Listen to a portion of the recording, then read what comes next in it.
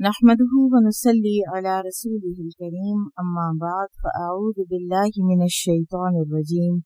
بسم الله الرحمن الرحيم رب اشرح لي صدري ويسر لي أمري واحلل عقدة من لساني يفقه قولي رب زدني علما اللهم فقهنا في الدين اللهم إني أسألك إيمانا لا يرتد ونعيما لا ينفد ومرافقة محمد صلی اللہ علیہ وسلم فی اعلی جنت الخلد آمین یا رب العالمین۔ انشاءاللہ آج ہم اللہ سبحانہ و تعالیٰ کا ایک بہت ہی یونیک نام جو اللہ سبحانہ و تعالیٰ کی توحید کی دلیل ہے اور وہ ہے الوتر پڑھیں گے۔ یہ اسماء الحسنی ایک حدیث میں آیا ہے۔ ابو ہریرہ رضی اللہ عنہ سے روایت ہے کہ رسول اللہ صلی اللہ علیہ وسلم نے فرمایا اللہ کے 99 نام ہیں اور جو انہیں یاد کرے گا وہ جنت میں داخل ہوگا۔ وَهُوَ وِتْرٌ يُحِبُّ الْوِتْرَ، وہ وطر ہے، وطر کو پسند کرتا ہے۔ الوتر سے مراد فرد ہے، فرد یعنی ایک، اکیلا، جس کا کوئی شریک ہو نہ ہی کوئی نظیر، یعنی نہ اس کی کوئی اگزامپل دی جا سکتی ہو۔ یہ ایک ایسا اس میں گرامی ہے جو اللہ سبحانہ و تعالیٰ کی وحدانیت پر دلالت کرتا ہے۔ کہیں بھی کوئی چیزیں ایون نمبر میں ہوں اور اس کی پیئرنگ ہو جاتی ہے، اور پیئرنگ کے بعد جو ایک بچتا ہے اکیلا وہ آڈ نمبر ہوتا ہے، ٹھیک ہے، اس کے ساتھ اگر پیئرنگ ہو جائے تو پھر وہ ایون ہو جائے گا۔ اللہ سبحانہ و تعالیٰ الوتر ہیں، اللہ کے ساتھ کوئی پیئرنگ ہو ہی نہیں سکتی، اور باقی ساری کی ساری مخلوق اللہ سبحانہ و تعالیٰ نے پیئرز میں کریٹ کی ہے۔ آپ جانتے ہیں پیچھے کہیں بات ہوئی بھی تھی کہ theory of creation in pairs, کہ اگر پیئرز میں کریشن نہ ہوئی بھی ہوتی اس دنیا میں، اس کائنات میں ہر چیز جوڑے میں ہے، ہر چیز پیئر میں ہے، تو ورنہ تو لائف ایگزسٹ ہی نہیں کر سکتی تھی۔ اور اس حقیقت کا اللہ سبحانہ و تعالیٰ نے اشارہ دیا ہے ہمیں سورہ یاسین میں کہ سبحان الذی خلق الازواج کلھا مما تنبت الارض ومن انفسہم ومما لا یعلمون، ہر چیز کا اللہ سبحانہ و تعالیٰ نے جوڑا بنایا ہے۔ پاک ہے وہ ہستی جس نے ہر چیز کو جوڑے میں تخلیق کیا، چاہے وہ چیزیں ہوں جو زمین اگاتی ہے، چاہے وہ تمہارے اپنے نفس ہوں، اور چاہے وہ چیزیں ہوں جن کو تم ابھی جانتے ہی نہیں، جن کو لیٹر آن پتہ نہیں آگے صدیوں میں کس کس نے کیا کیا ڈسکور کرنا ہے۔ جو بھی ڈسکور ہوگا اس کی جو ایک ریالٹی ہے وہ یہ ہے کہ وہ پیئرز میں ہوگا، اور اسی کو آج کی دنیا نوبیل پرائز ونر ایک جو فزکس کا اصول ہے اس کے ذریعے سے جانتی ہے کہ 1920 میں یہ ڈسکور ہوئی تھی بات کہ ہر چیز پیئرز میں ہے۔ اللہ سبحانہ و تعالیٰ کے علاوہ کچھ بھی الوتر نہیں ہے اس دنیا میں، کوئی بھی یونیکنس میں، انفرادیت میں اکیلا نہیں ہے۔ یہ ایک ایسا اس میں گرامی ہے جو اللہ سبحانہ و تعالیٰ کی وحدانیت پر دلالت کرتا ہے اور صفات کمال صرف اس تنہا کے لیے ثابت کرتا ہے، اور اوصاف جلال میں یکتائی بتاتا ہے، یعنی کمال میں، جلال میں، جمال میں، ہر طرح کی جو اللہ سبحانہ و تعالیٰ کی صفات ہیں ان میں وہ منفرد ہے، اس جیسا کوئی ہے ہی نہیں، اس کا کوئی شریک ہے نہ کوئی مثل ہے۔ قرآن کریم میں بکثرت ایسی آیات پائی جاتی ہیں جو اللہ سبحانہ و تعالیٰ کے کسی بھی شریک کی، ہم پلہ کی، مثل کی، نظیر کی، ہم نام کی نفی کرتی ہیں، اور جو اللہ تعالیٰ کی یکتائی کو بہت خوب طرح سے واضح کرتی ہیں۔ مثلا اللہ سبحانہ و تعالیٰ کا فرمان ہے فَلَا تَجْعَلُوا لِلَّهِ أَنْدَادًا وَأَنْتُمْ تَعْلَمُونَ، سورۃ البقرہ آیہ 22، پس اللہ کے لیے شریک نہ ٹھہراؤ اور تم جانتے ہو۔ پھر اسی طرح سے اللہ سبحانہ و تعالیٰ کا ارشاد ہے لَيْسَ كَمِثْلِهِ شَيْءٌ وَهُوَ السَّمِيعُ الْبَصِيرُ، الشورى 11، اس کی مثل کوئی چیز نہیں، وہ سننے والا اور دیکھنے والا ہے۔ پھر اللہ سبحانہ و تعالیٰ کا یہ بھی فرمان ہے سورۃ الاخلاص میں وَلَمْ يَكُنْ لَهُ كُفُوًا أَحَدٌ، اس کا کوئی ہمسر نہیں ہے۔ اور پھر سورہ مریم آیہ 65 هَلْ تَعْلَمُ لَهُ سَمِيًّا، کیا تو اس کا کوئی ہم نام جانتا ہے؟ تو لہٰذا نہ کوئی شریک ہے، نہ کوئی مثل ہے، نہ کوئی ہمسر ہے، نہ کوئی ہم نام ہے۔ سو اللہ سبحانہ و تعالیٰ پر یہ ایمان کہ وہ الوتر ہے، اس بات کا اقرار ہے کہ اللہ تعالیٰ اپنی ذات میں، صفات میں، افعال میں ہر اعتبار سے کسی بھی شریک سے پاک ہے۔ اور اس میں یہ بھی اقرار ہے کہ اللہ سبحانہ و تعالیٰ عظمت، کمال، بزرگی، کبریائی اور جلال میں بھی منفرد ہے، اور اس میں یہ بھی اقرار ہے کہ کائنات کی تخلیق میں وہ منفرد ہے۔ اس نے مخلوقات کو انوکھا پیدا کیا اور وجود بخشا، اور جو چاہتا ہے وہ اس میں تصرف کرتا ہے، جس طرح چاہتا ہے، جس کا ہیبیٹیٹ چاہتا ہے بناتا ہے۔ آپ دیکھیں سانپ ہیں، آپ دیکھیں پرندے ہیں، آپ دیکھیں درندے ہیں، کیسا کیسا اس دنیا میں اللہ تعالیٰ نے اسپیشیز جانوروں کی بنائی ہے، انسیکٹس کی کیا کیا لاکھوں کروڑوں قسمیں ہیں، اسی طرح سے پھول ہیں، اسی طرح سے درخت ہیں۔ پھر آپ زمین کے اندر دیکھیں مٹی کی قسمیں، مٹی کیا کیا اگاتی ہے، ایک ہی مٹی ہے، ایک ہی طرح کی ہے، ایک جگہ پر وہ ایک چیز کے لیے زیادہ موافق ہے، دوسری جگہ پر وہ کسی اور چیز کو اگا رہی ہوتی ہے۔ اتنی زیادہ انفرادیت اور اتنی زیادہ ورائٹی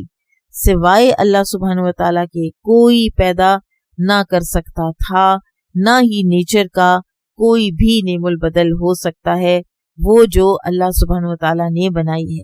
تو لہٰذا نہ کوئی اس کا مد مقابل ہے، نہ ہی کوئی اس کے جیسا ہے، نہ کوئی اس کی نظیر ہے، نہ ہی کوئی اس کی مثل ہے۔ اب یہ اقرار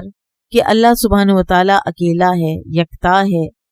تو یہ انسان کے اوپر اس بات کو واجب کر دیتا ہے کہ انسان عاجزی اور انکساری اختیار کرے، اللہ سبحانہ و تعالیٰ کے آگے جھک جائے، محبت اور امید، توکل، رجوع کرنا، سب کچھ، تمام دل کی عبادات بھی اسی کے لیے ہو جائیں۔ ہماری جو فزیکل عبادات ہیں نا، وہ تو اللہ کے لیے ہوتی ہیں، ہم نماز پڑھتے ہیں، ہم قبلہ رخ ہو کر پڑھتے ہیں، ہم سجدہ بھی کرتے ہیں، کوئی پوچھے تو ہم کہیں گے کہ ہاں ہم نے اللہ کو سجدہ کیا ہے۔ مسئلہ ہمارے دل کی عبادت میں آتا ہے۔ دل کی عبادت میں بہت سے شریک آ جاتے ہیں، محبت میں، امید میں، توکل اور بھروسے میں، رجوع کرنے میں، تو یہ سب بھی اللہ سبحانہ و تعالیٰ ہی کے لیے ہونے چاہیے اگر ہم اللہ تعالیٰ کو الوتر مانتے ہیں۔ قرآن حکیم میں بہت سی ایسی آیات ہیں جن میں یہ ثابت کیا گیا ہے کہ مشرکین کو بھی ان کے انکار کی گنجائش نہیں تھی، اور نہ ہی اس کے ثبوت سے ان کے لیے کوئی راہ فرار ہے، اور ان کے اعتراف کے بغیر ان کا دامن نہیں چھوٹتا۔ یہ تسلیم کرنا پڑتا ہے کہ وہی اکیلا رازق ہے، وہی الملک ہے، وہ بادشاہ ہے، تدبیر کرتا ہے، المدبر ہے، وہی المحیی ہے، زندہ کرتا ہے، وہی الممیت ہے، وہی مارتا ہے، وہی البدیع ہے، وہ آغاز کرتا ہے، وہی المعید ہے، وہ لوٹاتا ہے، وہی ہادی ہے، رہنمائی کرتا ہے، ہدایت دیتا ہے۔ اور اسی لیے اللہ تعالیٰ کی توحید اپنانا ہم پر واجب ہو جاتا ہے، اور اسی لیے اسی تنہا کو عبادت کے لائق سمجھنا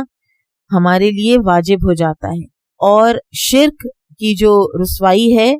وہ تو ایسے ہے کہ انسان کو، جیسے اللہ سبحانہ و تعالیٰ نے قرآن ہی میں مثال دی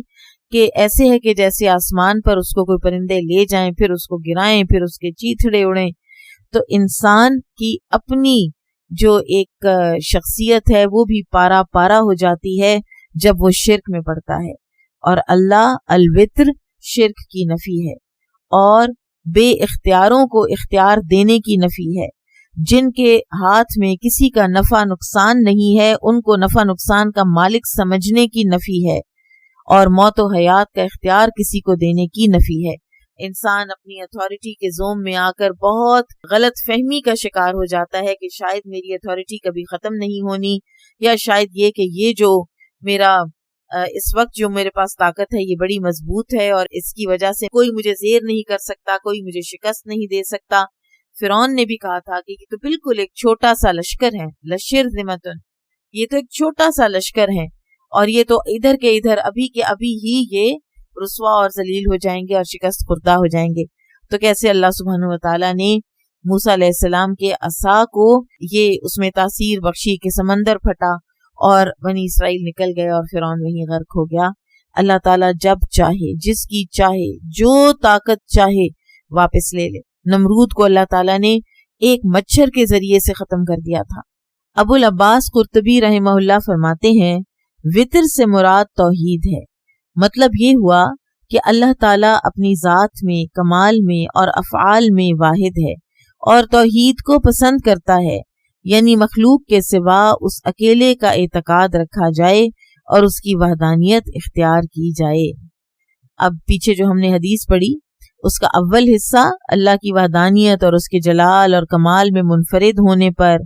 پیدائش میں، تصرف اور تدبیر میں یکتا ہونے پر دلالت کرتا ہے، جبکہ اس حدیث کا آخری حصہ توحید پر ترغیب دیتا ہے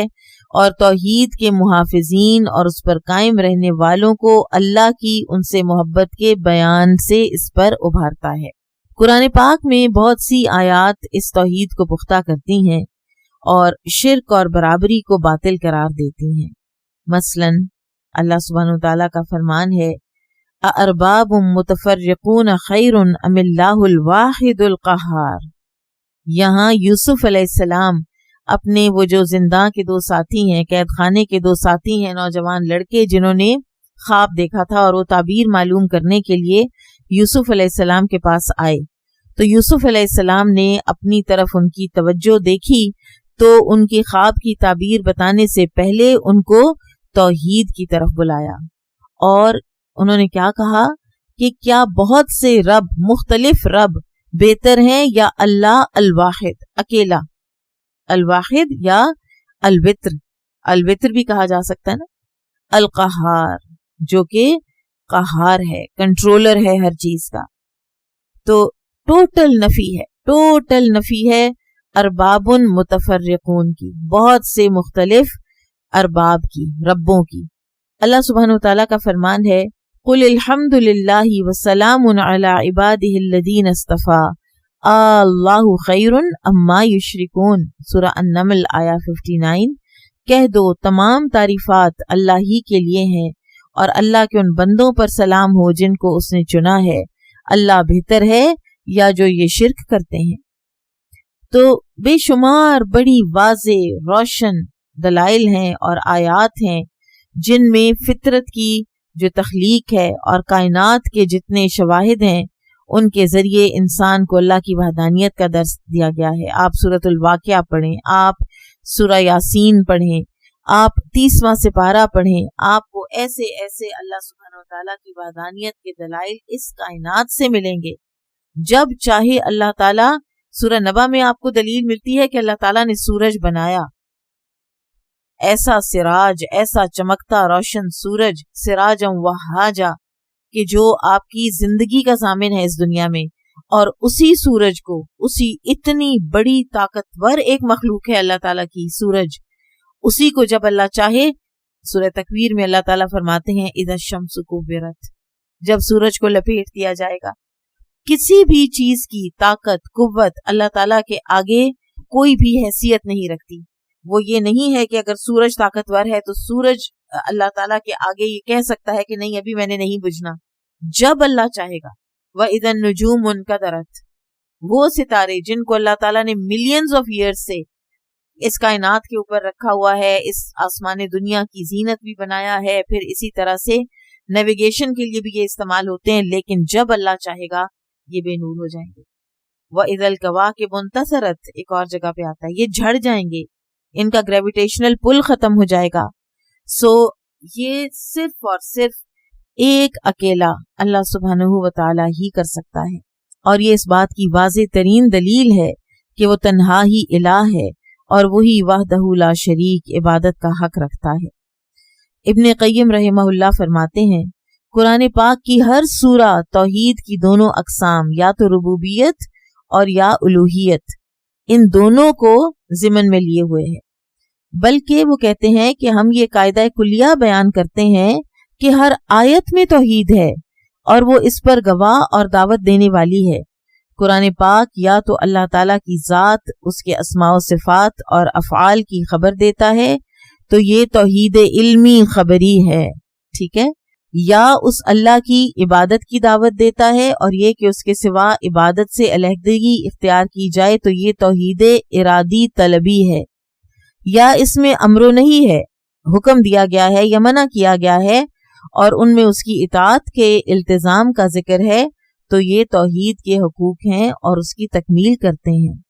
یا پھر یہ بتایا گیا ہے کہ اہل توحید کو اللہ سبحانہ و تعالی عزت دیتے ہیں، تکریم دیتے ہیں، دنیا اور آخرت میں انہیں عزت و توقیر ملے گی تو یہ توحید کا بدلہ اور جزا ہے، یا یہ بتایا گیا ہے کہ اہل شرک کے ساتھ دنیا میں جو سزا کا معاملہ ہوگا اور آخرت میں جو عذاب اترے گا یہ شرک کرنے اور انکار توحید کی وجہ سے ہی تو ہوگا۔ قرآن پاک لہٰذا سارے کا سارا ہی توحید اور اس کے حقوق اور اس کی اقسام اور اس کے اجزاء کے بارے میں ہے، اور شرک اور مشرکین اور ان کے بدلے کے بارے میں ہے۔ قرآن حکیم نے بیان کیا ہے کہ جو لوگ سفارشی بناتے ہیں وہ مشرک ہیں، اور یہ جن کو سفارشی بناتے ہیں وہ تو اپنی عبادت کرنے والوں کے لیے کچھ بھی نفع و نقصان کا اختیار نہیں رکھتے، بلکہ وہ تو ان کی عبادت سے غافل ہیں۔ کئیوں کو تو یہ بھی نہیں پتا کہ ہمارے دنیا سے چلے جانے کے بعد ہماری عبادت کی گئی تھی۔ اللہ سبحانہ وتعالیٰ کا سورہ الزمر آیا 43 میں ارشاد ہے، ام اتخذوا من دون اللہ شفعاء قل اولو کانوا لا یملکون شیئا ولا یعقلون، کیا انہوں نے اللہ کے سوا سفارشی بنا رکھے ہیں؟ کہہ دو اگرچہ وہ کچھ بھی اختیار نہ رکھیں اور نہ ہی عقل رکھیں، کیا تم پھر بھی سفارشی بناؤ گے؟ نہ اختیار ہے، نہ عقل اور مت ہے، نہ ہوش مندی ہے، تو آپ پھر بھی ان کو سفارشی بناؤ گے؟ تو اس کا تو مطلب ہے کہ انسان کی اپنی مت ماری گئی ہے کہ جو یہ بھی نہیں دیکھ رہا کہ وہ سفارشی بنا کس کو رہا ہے۔ پھر اللہ سبحانہ وتعالیٰ کا فرمان ہے، وَيَعْبُدُونَ مِن دُونِ اللَّهِ مَا لَا يَضُرُّهُمْ وَلَا يَنْفَعُهُمْ وَيَقُولُونَ هَؤُلَاءِ شُفَعَاؤُنَا عِندَ اللَّهِ قُلْ أَتُنَبِّئُونَ اللَّهَ بِمَا لَا يَعْلَمُ فِي السَّمَاوَاتِ وَلَا فِي الْأَرْضِ سُبْحَانَهُ وَتَعَالَى عَمَّا يُشْرِكُونَ۔ یونس 18، یہ اللہ کے سوا ان کی عبادت کرتے ہیں جو نہ ان کو نقصان دے سکتے ہیں نہ نفع، اور کہتے ہیں یہ اللہ کے ہاں ہمارے سفارشی ہیں۔ کہہ دو تم اللہ کو وہ چیز بتاتے ہو جو وہ آسمانوں اور زمین میں جانتا نہیں، وہ پاک ہے اور ان کے شرک سے بلند ہے۔ لہٰذا سفارشی بنانے والا مشرک ہوا، اسے سفارش نفع دے گی اور نہ ہی سفارشی اس کی سفارش کرے گا۔ نفع دینا تو دور کی بات ہے، وہ سفارش کرے گا تو نفع نقصان کا کوئی سوال پیدا ہوگا نا۔ اس کے برعکس اللہ وحدہ کو معبود بنانے والا، اس سے محبت کرنے والا، اس سے امیدیں رکھنے والا، اس سے خوف رکھنے والا، اس کا قرب حاصل کرنے کے لیے اور اس کی رضا کا طلبگار ہونے کے لیے بہت سے نیکی کے کام کرنے والا، جو چیز اس کے قریب کرے، جو عمل اس کے قریب کرے، جو عمل اس کی رضا کو لائے، اس کی محبت کو لائے اور اس کی ناراضگی کو دور کرے، ایسا انسان ایک موحد مومن ہے اور اس کا انجام قابل تعریف ہوگا، وہی سعادت پائے گا اور دنیا اور آخرت کی فوز و فلاح سے ہمکنار ہوگا۔ الوتر اللہ تعالیٰ کے اسماء حسنہ میں سے ہے، یہ اللہ تعالیٰ کی وحدانیت کی دلیل ہے، اس کی توحید و عبادت کے واجب ہونے کی دلیل ہے۔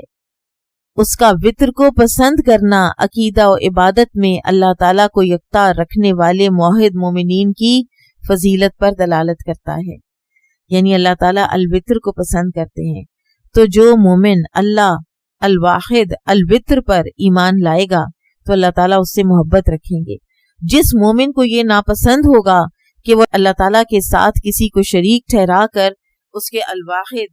اور الوتر ہونے کو ڈیمیج کرنے کی کوشش کرے، کر تو نہیں سکتا لیکن اگر کرنے کی کوشش کرتا ہے اور دنیا میں ایسی چیزوں کو رائج کرتا ہے کہ جو اللہ الوتر کے اختیارات کو کسی دوسرے کو سونپتے ہیں تو ایسے لوگوں کو اللہ تعالیٰ پسند نہیں کرتا، اور ایسے لوگ اللہ تعالیٰ کے ہاں مشرک ہیں۔ آپ دیکھیے ہمارے ہاں بارش آتی ہے تو ہم کہتے ہیں کہ فلاں مزار والا بندہ جو ہے وہ سمندر کی لہروں کو روک لیتا ہے، فلاں صاحب قبر جو ہے وہ تو شپ ڈول رہا ہوتا ہے تو وہ آ کے تو شپ پکڑ لیتا ہے، اور لوگ اس کو پکارتے ہیں جب وہ کسی مشکل میں ہوتے ہیں، یا اللہ تعالیٰ ان کو جب ان لہروں سے ہٹا کر، ان لہروں سے بچا کر لے آتا ہے تو ایسے میں پھر وہ سارا ایٹریبیوٹ کس کو کر دیتے ہیں؟ کسی اپنے زندہ یا مردہ پیر کو، مرشد کو. یہ الوتر کی نفی ہے. یہ دراصل اللہ تعالیٰ کی توحید کو ڈیمیج کرنے کی ایک کوشش ہے، اور ایسے لوگ اللہ تعالیٰ کے نزدیک مشرکین کی کیٹیگری ہی میں ہیں. پھر آپ دیکھیں کہ اللہ تعالیٰ نے شریعت کے معاملات میں وطر کو پسند کیا ہے. بہت سارے اعمال اور اطاعت میں وطر کو اللہ تعالیٰ نے ملحوظ رکھا ہے. مثلا نمازیں 5 ہیں، رات کی جو نماز کا وطر ہے اس کو بھی وطر اس لیے کہا جاتا ہے کہ وہ 1 3 5 7 9 11 بھی پڑھے جا سکتے ہیں، بہرحال ہوتا وہ آڈ نمبر ہے، وطر ہے. پھر اسی طرح سے طہارت کی تعداد بھی وطر ہے، وضو بھی آپ کرتے ہیں 3 دفعہ کرتے ہیں. میت کے کفن کی تعداد بھی وطر ہے، وغیرہ وغیرہ. علی بن ابی طالب رضی اللہ تعالی عنہ بیان فرماتے ہیں کہ وطر فرض نماز کی مانند حتمی نہیں ہے، یعنی یہ سنت مؤکدہ ہے، فرض نہیں ہے. لیکن رسول اللہ صلی اللہ علیہ وسلم نے وطر پڑھے، آپ چھوڑتے نہیں تھے کبھی وطروں کو. اے قرآن پڑھنے والو تم بھی وطر پڑھو، اس لیے کہ فَإِنَّ اللَّهَ وِطْرٌ يُحِبُّ الْوِطْرَ، اللہ وطر ہے، اکیلا ہے، وطر کو پسند فرماتا ہے. ہمارے پیارے نبی صلی اللہ علیہ وسلم اپنے تمام معاملات میں وطر کو ملحوظ فرماتے تھے. صبح نہار منہ 7 کھجوریں، 3 سانسوں میں پانی پینا، فرض نمازوں کے بعد 3 مرتبہ استغفار کہنا، کئی اذکار اور دعاؤں کو طاق تعداد میں پڑھنا، 1 مرتبہ 3 مرتبہ 7 مرتبہ، یہ چیزیں آپ صلی اللہ علیہ وسلم کی سیرت مبارکہ سے ثابت ہیں. اسی طرح اللہ تعالیٰ کو وطر پسند ہے، اس کی ایک بہت بڑی علامت یہ ہے کہ ہمیں جو اللہ تعالیٰ نے اس دنیا میں اسماء الحسنی بتائے اس میں 99 نام پسند کیے جو قرآن و سنت میں وارد ہیں، اور فرمایا کہ جو ان کو شمار کر لے گا، حفظ کر لے گا، ان کے معنی اور مقاصد کو سمجھ لے گا اور ان کے تقاضوں کے تحت زندگی گزارے گا تو وہ جنت میں داخل ہوگا. امام احمد بن حنبل رحمہ اللہ کے بارے میں آتا ہے کہ وہ طاق تعداد کو بہت پسند کیا کرتے تھے. تو ایک مرتبہ انہوں نے اپنے کسی شاگرد کو یا اپنے کسی ملازم کو کہا کہ وہ کھڑکی میں کھجوریں پڑی ہیں تو وہاں سے اٹھا لاؤ، تو وہ 2 لے آیا. تو انہوں نے اس کو کہا کہ کیا ہو جاتا اگر تم 3 لے آتے تو لہٰذا جو علماء کرام ہیں وہ بھی وطر کا اہتمام کرتے ہیں، اور ہمیں بھی چاہیے کہ ہم وطر کا اہتمام کیا کریں، نبی صلی اللہ علیہ وسلم کی سنت میں بھی اور اللہ تعالیٰ کی محبت میں بھی. اور اللہ سبحانہ وتعالیٰ ہمیں توفیق عطا فرمائے کہ ہم توحید کو صحیح طرح سے سمجھ لیں. ہم نے اسماء الحسنی پڑھے، ہم کتاب کی اینڈ پر پہنچ چکے ہیں، صرف 2 نام پیچھے باقی رہ گئے ہیں. تو جو چیز سب سے زیادہ سامنے آتی ہے وہ یہ ہے کہ اللہ الواحد ہے اور وہ یکتا ہے اپنی ہر خوبی میں. اگر وہ السمیع ہے، البصیر ہے، وہ آپ کی سنتا ہے، آپ کو دیکھتا ہے، وہ المجیب ہے، القریب ہے، وہ المحمید ہے، وہ المجید ہے، وہ الشکور ہے، الشاکر ہے، الودود ہے. تو امپرفیکشن کے لیول پر تو آپ کو یہ جو ایٹریبیوٹس ہیں کسی نہ کسی انسان میں آپ کو نظر آ جاتے ہیں، لیکن پرفیکشن کا لیول، کمال کا لیول صفات جلال میں، صفات افعال میں، صفات جمال میں آپ کو صرف اور صرف اللہ تعالیٰ کے ہاں ملتا ہے. اور یہی توحید ہے کہ پرفیکشن صرف اور صرف اللہ تعالیٰ میں ہے، اور یہی الوتر کے معنی ہے. اور اگر ہمارا اس پر ہو جائے پورا پختہ ایمان تو ہماری زندگی سے، ہماری سوچ سے، ہمارے دل کی عبادات سے، ہر جگہ سے، ہماری ہستی کے اندر سے شرک نکل جائے، اور ہم اللہ سبحانہ وتعالیٰ کو بجلی اگر چلی گئی ہے تو بھی آپ کو اسماء الحسنی جو ہے نا وہ ہیلپ کریں گے شکایت نہ کرنے میں، کہ یہ تو اللہ تعالیٰ کی طرف سے آرڈینڈ تھا. ایک چیز ہوتی ہے کہ آپ اس کے بارے میں کوئی کچھ کریں، آپ اس کا کوئی حل نکالیں، ٹھیک ہے آپ ضرور حل نکالیں. آپ بجلی گئی ہے تو آپ دیکھیں آپ کے پاس کیا ہے، آپ کے پاس جنریٹر ہے، آپ کے پاس یو پی ایس ہے، آپ کے پاس ایمرجنسی لائٹ ہے، آپ کے پاس موم بتی ہے، شمع ہے، آپ جلائیں، اپنی روشنی کریں. یہ مطلب نہیں ہے کہ اندھیرا ہو گیا تو اندھیرے میں بیٹھے رہیں، یا گرمی ہو گئی ہے تو اپنے لیے کسی پنکھے کا یا کسی ایسی چیز کا انتظام نہ کریں. لیکن ساتھ ساتھ شکایت اور شکوہ جو ہے وہ انسان کرے گا جس کو اللہ تعالیٰ کی توحید اور اللہ تعالیٰ کے اسماء حسنہ کا کوئی شعور ہی نہیں ہے۔ جس کو اللہ تعالیٰ نے اپنے اسماء حسنہ کا شعور دے دیا وہ راضی برضا ہو جائے گا، وہ تقدیر پر بھی راضی برضا ہو جائے گا، اور وہ ہر آن ہر لمحہ اپنے الفاظ کی، اپنی سوچوں کی ایون وہ نگرانی کرے گا کہ وہ ایک اکیلی ہستی ہے جو میٹر کرتی ہے، اور وہ سن بھی رہی ہے، اور وہ دیکھ بھی رہی ہے، اور وہ جانچ بھی رہی ہے، اور وہ جانتا ہے، اللہ سبحانہ و تعالی وہ جانتا ہے کہ انسان کی کیا نیت ہے، کس نیت سے انسان نے کیا بات کی۔ تو لہٰذا اللہ تعالیٰ کی توحید کو ہم اہمیت نہیں دیتے، ہم اس کو کم تر چیز سمجھتے ہیں، ہم عقیدے کو کم تر چیز سمجھ کر اور صرف کچھ نیک کاموں کو اللہ تعالیٰ کی رضا کا باعث سمجھ لیتے ہیں، حالانکہ توحید پہلے ہے اور باقی کے دیگر نیک اعمال بعد میں۔ جس کی توحید انڈیمیجڈ ہوگی، خالص ہوگی، اس کا تھوڑا عمل بھی قبول ہو جائے گا، اور جس کی توحید میں ڈیمیج ہوگی تو اس کے باقی کے اعمال کا کیا معاملہ ہوگا جب اللہ تعالیٰ نے اس کو قبول ہی نہیں کیا، بندے کو اس کے عقیدے ہی کو رد کر دیا۔ تو اس لیے بہت اہم ہے کہ ہم اللہ تعالیٰ الواحد، القہار، الوتر کو اکیلا مانیں، الاحد کو اکیلا مانیں، اور اسی کے مطابق اپنی زندگیوں کو ڈھالیں۔ بارک اللہ فیکم، سبحانک اللہم و بحمدک، اشہد ان لا الہ الا انت، استغفرک و اتوب الیک۔ السلام علیکم و رحمۃ اللہ وبرکاتہ۔